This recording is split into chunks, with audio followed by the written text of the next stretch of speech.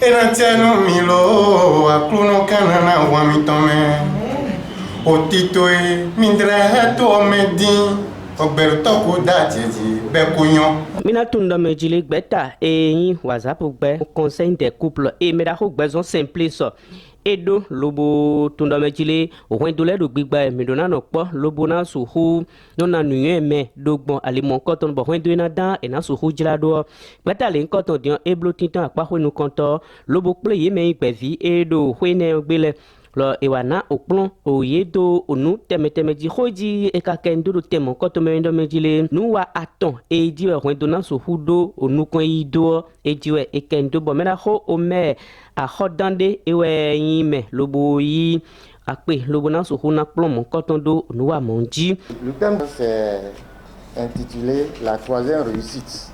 Cette réussite là c'est le ménage heureux, la troisième réussite. Alors, nous ne pouvons pas démarrer sans parler un peu de ce que c'est que la première et la deuxième réussite. On n'ira pas directement sur la troisième. La première réussite, c'est qu'est-ce qu'on entend par là? Et depuis la naissance, vous êtes né dans une famille et juste après 5 ans ou 10 ans, vous commencez l'école. Donc, l'éducation, les différentes formations qu'on vous donne, tout ça là, vous prépare à l'insertion de la vie active. Bon, nous nous comptons et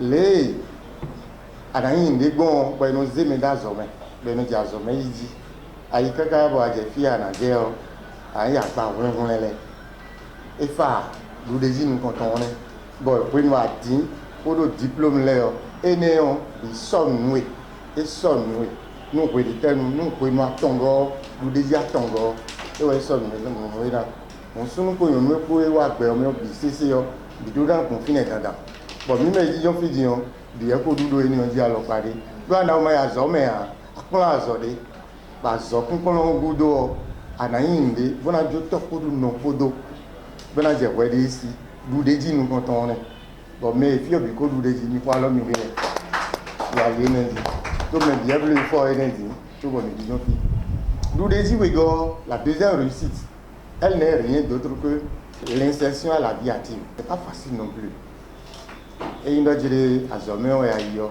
pour le diplôme là to ba mo azo concours de en passé et donc quand il doit dire à zomé o golowe o pour nous azo ya ipon lo atelier on fa pour nous c'est pour do top pour nous pour do mo na kan wede yo donc, nous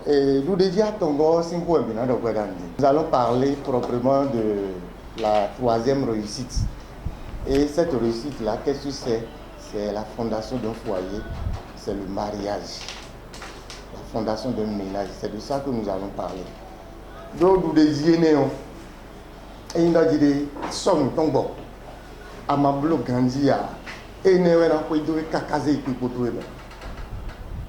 e blon wa meno do atropokoji do kuton to home don e séminaire atropokoji sin kudo e we no lobo na so hoblo no mon koton bo gbeto ko sin fi yade kan temetemele e wa no wa mon koton sin odome mera ho mas akoloju e minato asiton do gbeta mon koton me be ho wa foton do fine lobo aso hui o plon e enana do fine wendole no no so mo wendole kono gba yo mera ho o me hodan e do hodoji mimbodo to.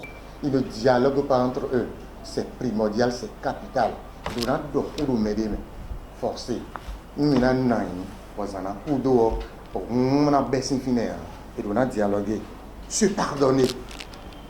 Se pardonner. Nous avons dit nous avons beaucoup de temps. Nous avons socké. Ouais, socké. Et nous avons socké. Mais nous avons dit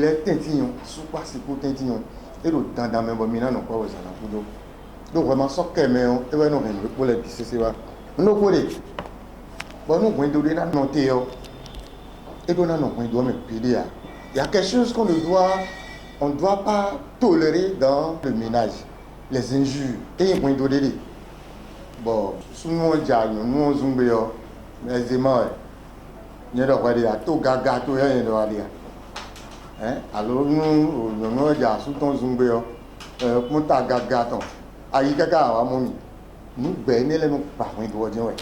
Ni ka dɔ ho ne le gudo ime na so ho kan ho bio e wa kan ho yare bio ve me me kpokpo de ve me honto eton le dio e kan pe de bio bo me la ko elena 50 ans. Alias Aziza Sezo Idiero mi me Ena tiano mi lo Akluno kanana wa mi tome Otitoe mindre heto medi Oberto kuda jeji bekunyo Nuhu enjulo na cambio no die Nina cheji na yo Nuhu enjulo na cambio die Akara situ eboni Akwenu de tiwe o wenu do Edo de wa gbon e wa nu do ni lobo eyo ese fo tro lo alo pa e no viton vide kodo akwesi tagba me hon ene jeno adonu e ule ede su kole avode na ho afo pade na ho ene o jeno donu e bo mi ne kon kaka ko kun so no wa nu de wo edo mo ai khade te we inando Yena gba fo me dona si meton ya abine we ina blodo Ni kodo asiti ko do akulu no mi lo ko. Ko insan ma siti en we de so insana. Ce que j'ai dépensé, ce que j'ai donné à mon épouse, c'est à moi-même. Ce que j'ai fait à mon épouse, c'est à moi-même. Je l'ai fait parce que elle est une partie de moi. Et c'est pas parce que je fais ça, je lui fais ça, j'ai une ouverture par rapport à ça vis-à-vis de mon épouse. Qu'elle va ramener toutes les charges de sa famille à moi. Là, je ne suis pas preneur. Bon, moi, on a mis un liton. Bon, on paye l'ennemi. Bon, nos verres, nos fignons, nous ne pouvons pas situer une des souhaits. Nous ne pouvons pas liton. Et nous avons dit, bon, mais au diable, on va tomber du gagné. L'argent ne se ramasse pas. Nous gagnons l'argent à la sueur. Si on veut nous voyons, tu vas souffrir. Pourquoi du bassin te met des bouteilles nous cambions ton content. Non. When we na sin kon mon koton bi kpatakpata yo me kan ho bio me na ho simple besoin ne gba kaze tito mon koton dai me na ho e do honi mi. Je m'appelle monsieur Simplice Bezon, le président du CRESE Conseil des couples. Nous avons créé ce forum dans le cadre de sensibiliser, d'éduquer la jeunesse d'aujourd'hui sur comment vivre en harmonie dans les ménages, comment éduquer les enfants sur les bonnes conditions de vie, les mauvaises conditions, qu'est-ce qu'il faut faire, qu'est-ce qu'il ne faut pas faire pour que la vie ne soit une vie en harmonie, que ce soit dans le foyer, que ce soit dans la vie active, dans les amis, dans les écoles, comment vivre pour que la paix y règne.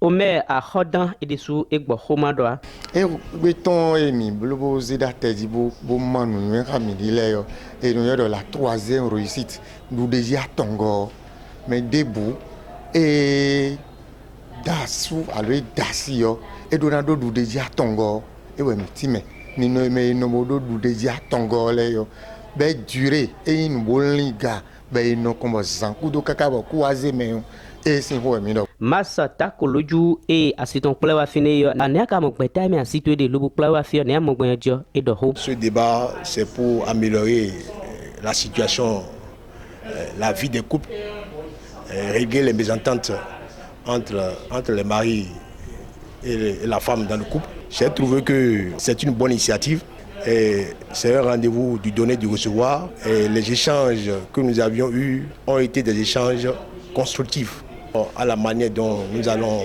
entretenir la relation avec notre conjoint ou bien notre conjointe. Je suis parti, disons, de là très enrichi. Je trouve que c'est une expérience à renouveler. Ba enyo bi gudo e ka so no po lo magon aloma to chesime an e wa no po lo wa dalo chesime do fine bo awajije enyeton. Africa Soleil Media mi kon wa mo koton sin do me an